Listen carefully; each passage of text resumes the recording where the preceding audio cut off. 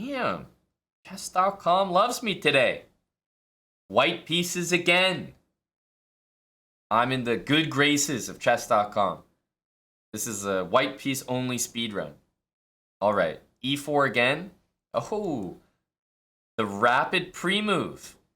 Well, the Scandinavian does not have anything that you should be playing except pawn captures on d5. So please do not play any move except pawn takes d5. Must capture. Queen captures d5, you're gonna have a hard time finding a more obvious and good move than knight c3 check. And our opponent actually has many moves to choose from.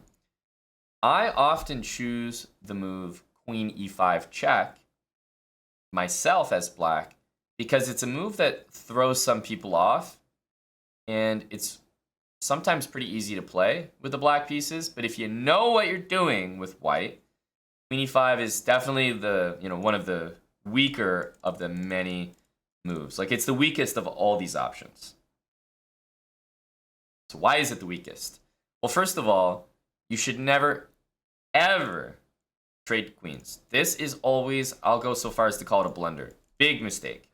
Maybe you just like endgames, okay, but it's a big mistake.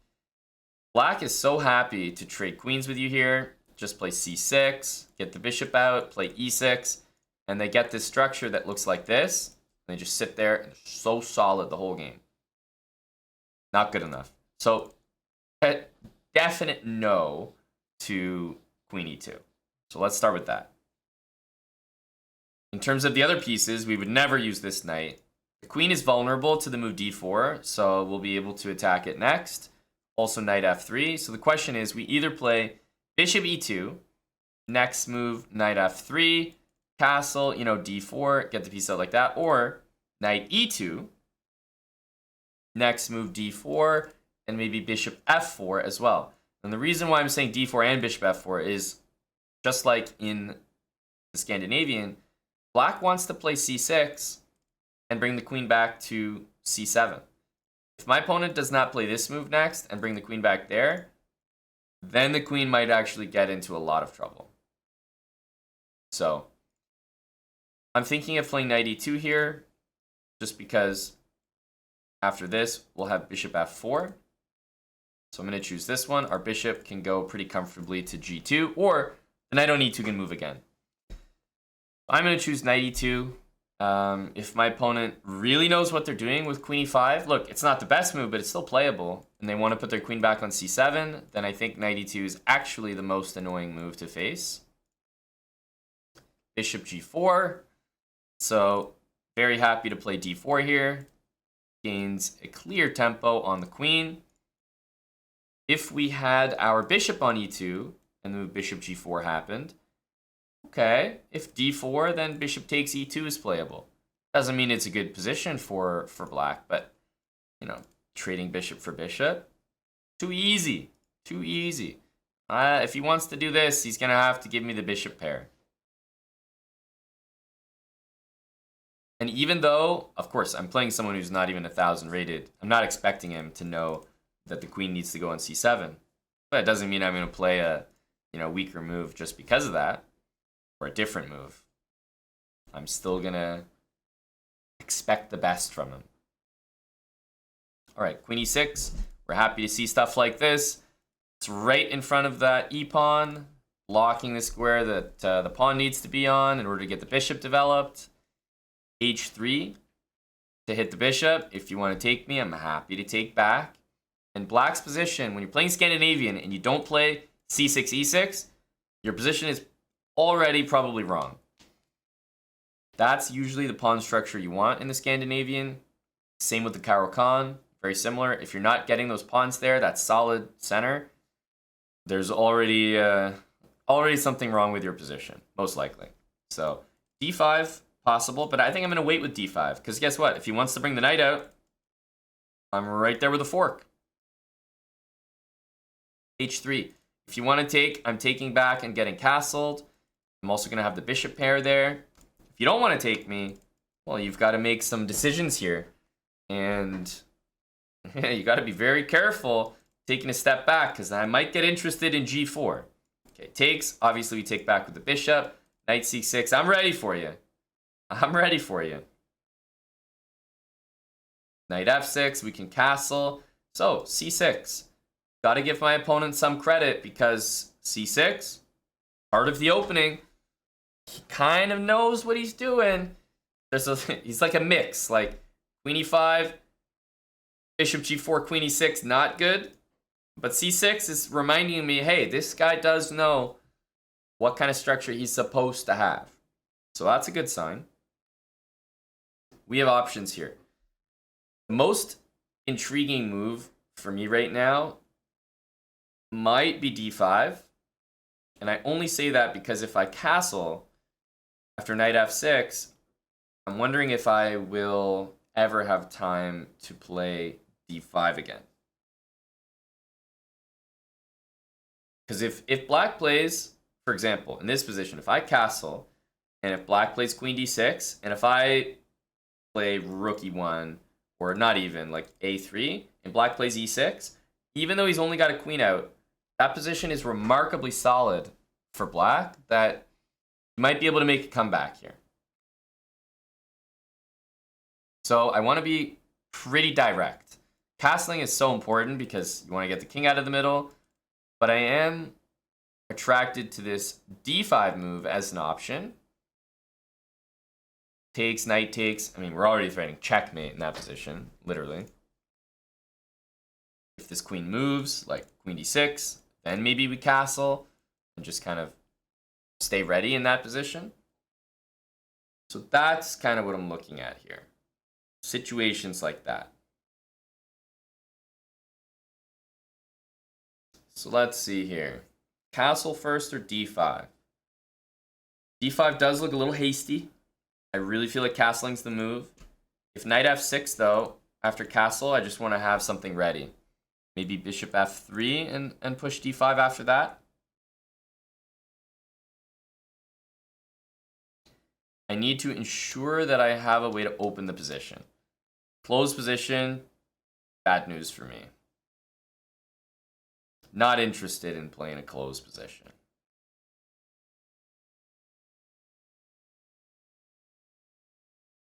I think we can manage it. I'm probably leaning towards castling here.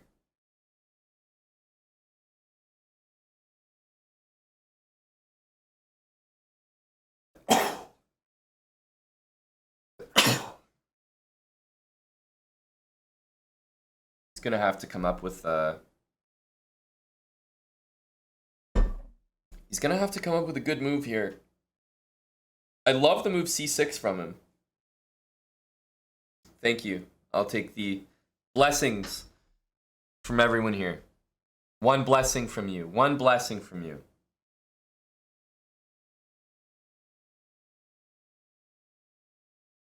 This is a good move. This is a good move. But he's still got that issue of the queen just being on e6. He's not supposed to be there, right? You're going to have to move your queen again, play e6. And once you do that, position will be good. We're not quite there yet. Not quite. So I'm thinking bishop f3 because I am so interested in playing this move. You got no idea.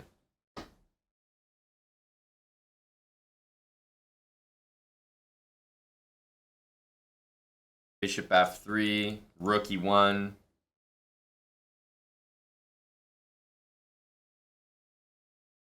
So for rook e1, queen somewhere, let's say d7. Not sure that we have the next moves mapped out. Bishop f3, e6, d5, takes, knight takes, knight takes. You know, queen takes, bishop takes, knight c6. Not much of an advantage there, honestly, if at all.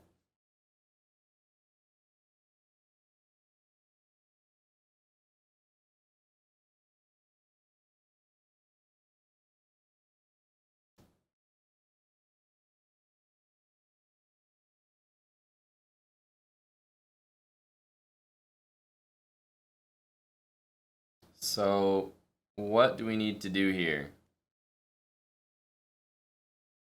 We're missing something. There's an ingredient we're missing.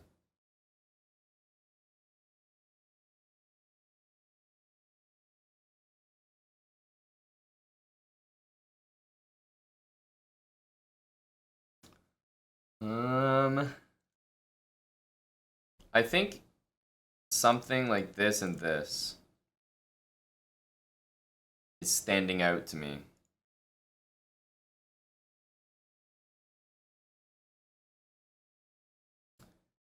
I think that might be necessary.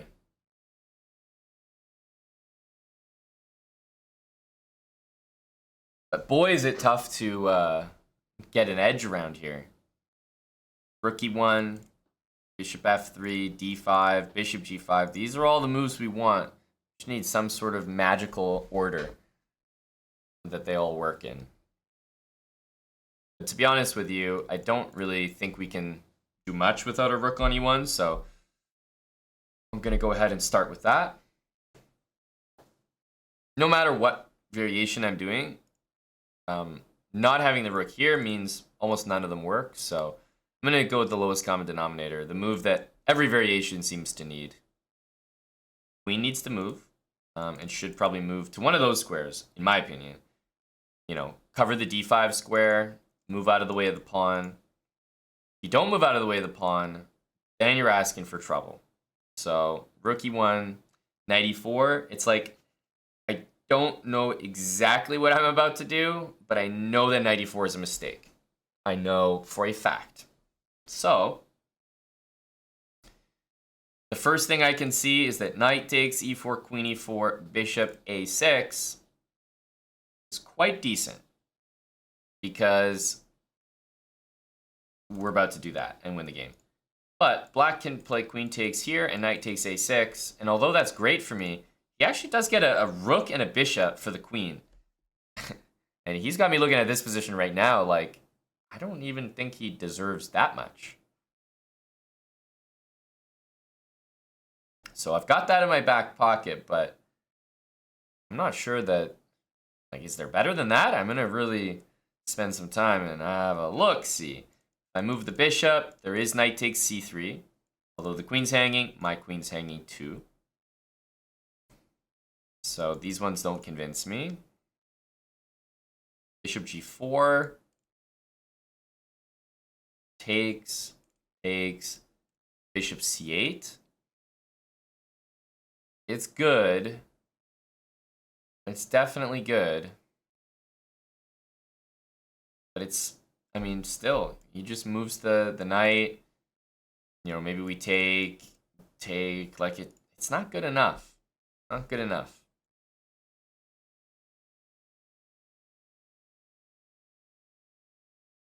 So I'm thinking we probably got to take here. My opponent being able to capture the knight to hit my queen, I think that's, I think it's working for him. I'm going to take this. We're attacking the queen, and I think it might be bishop a6.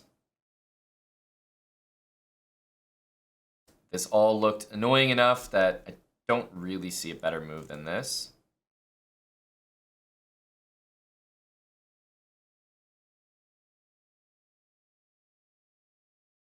So we'll be winning here, but, you know, knight and rook for queen is no easy task.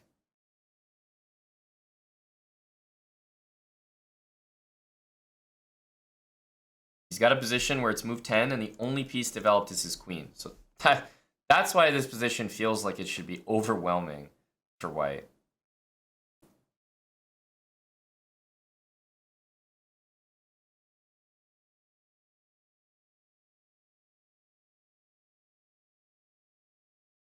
Queen takes e4, bishop g4, queen's attacked. Queen has to go somewhere. Queen d5. I have been looking at bishop c8. Queen goes to b5, and surprisingly, I think not doing too much there.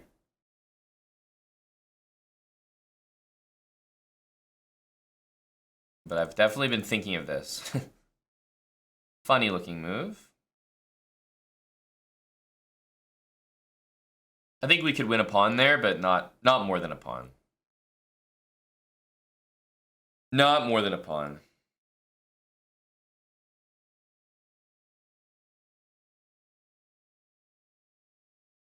Yeah, bishop a6 wins material, but if I had to place a bet, I would probably say the engine wants to just play the position because, I mean, look at this. It almost feels like an insult to my position to give him a rook and a bishop for the queen.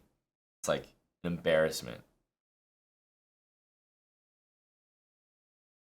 I should be getting more than that. I should be getting more value.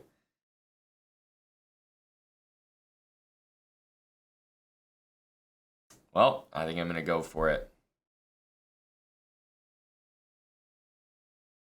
This is a really nasty situation. And the thing is, even if my opponent, let's say, was going to lose the queen for a rook, you would much rather lose the queen for a rook than lose an entire rook for free.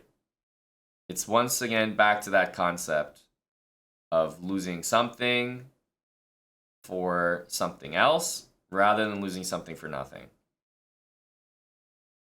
So he's got the right idea, but wrong execution. He needed to take the rook first and then do this move. Little desperado sacrifice. Now, when you count up the material, it's a queen for a knight.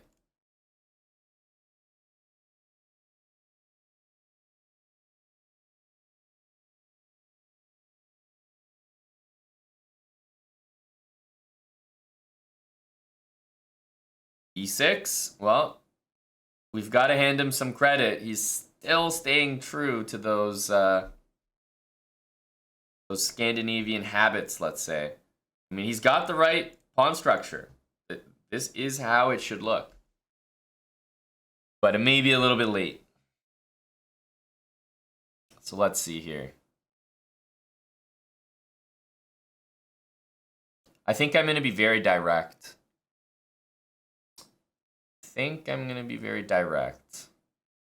What can we do here?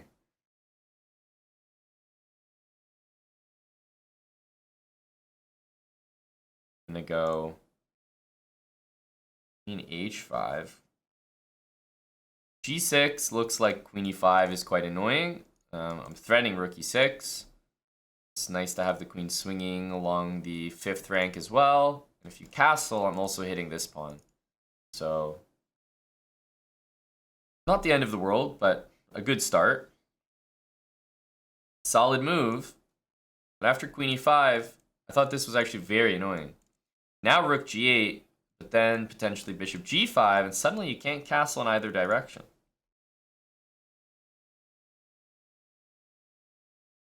So it went from, you know, black wants to just go here and castle to, well, now you can't castle this way, and now you can't castle that way.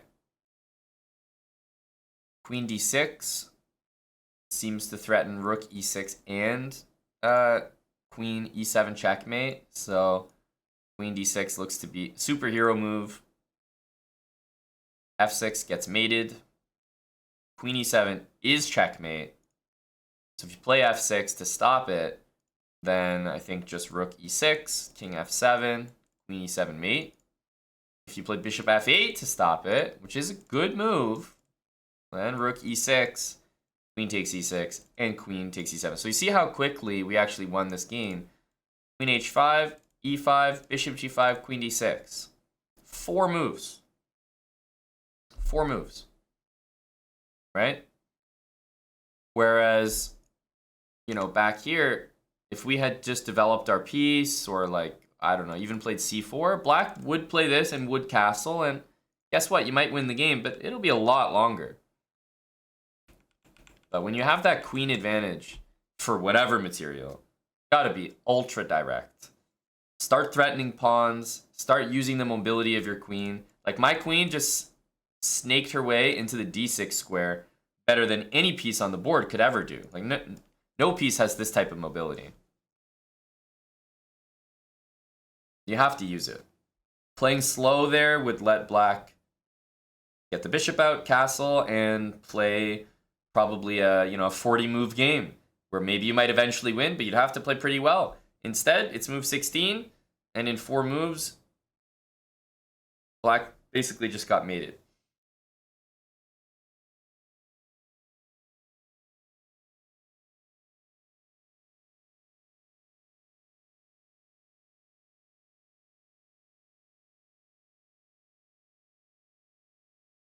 Queen e7 is the threat. I only see 2 moves to stop it. One is f6, one is bishop f8.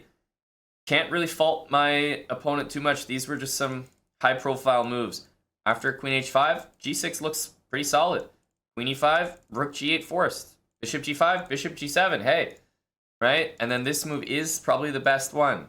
But rook takes e6, queen e6, and queen e7 will be mate. Not getting tempted by the free rook. We're going for mate.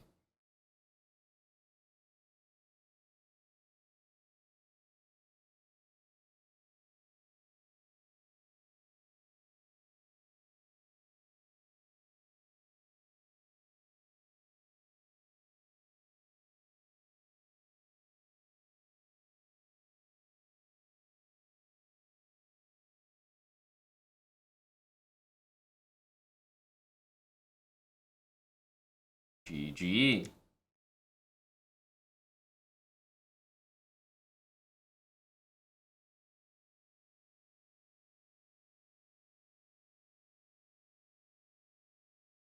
Okay, so what was that? Oh yeah, Scandinavian.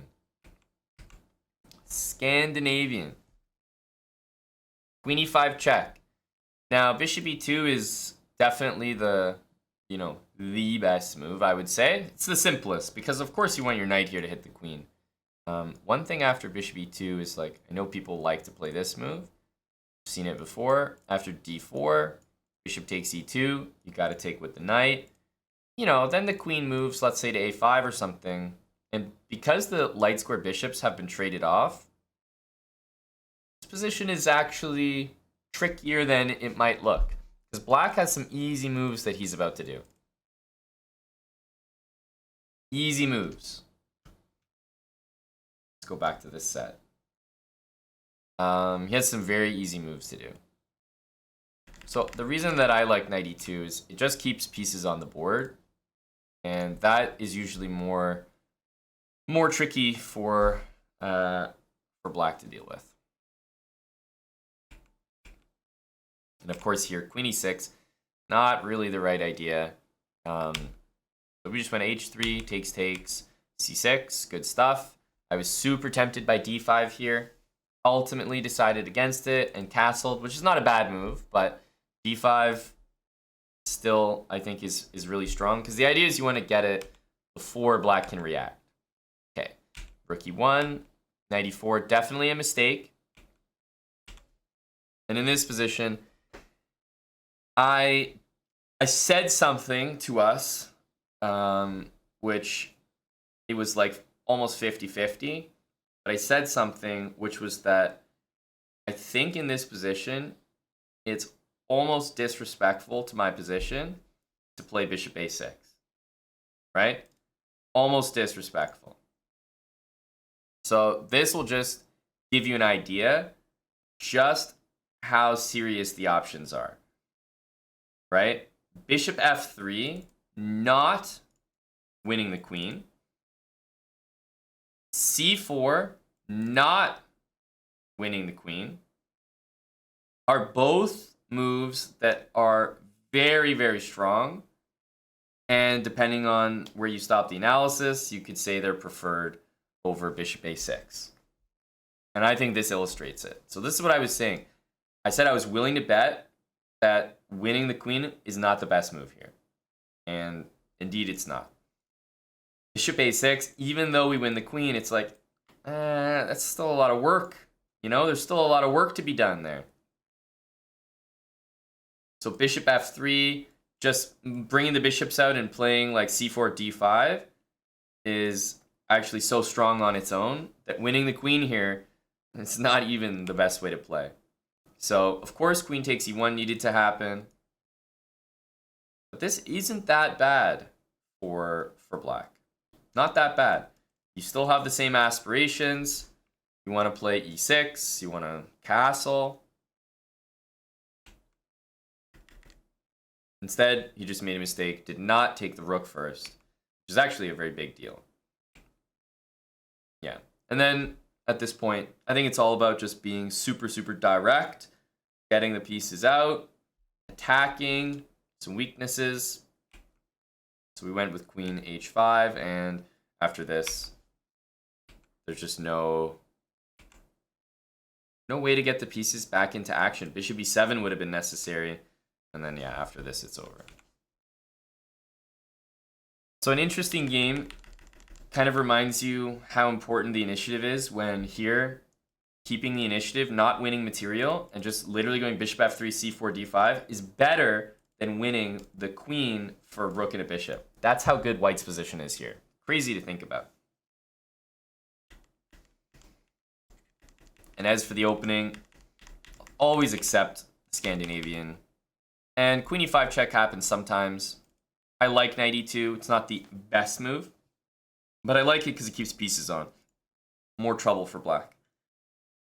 But bishop e2 is always good as well. It's just bishop e2, bishop g4, d4, takes, the queen moves. Yes, it's good for white, but it's not as easy as you might think. The presence of, or the lack of the light square bishop's presence on the board makes a big difference, helps out black's position. So it's just not as easy. You're way up in development. You're going to get castled. Like, you're killing it as white. But it's helpful for black to have a few trades in.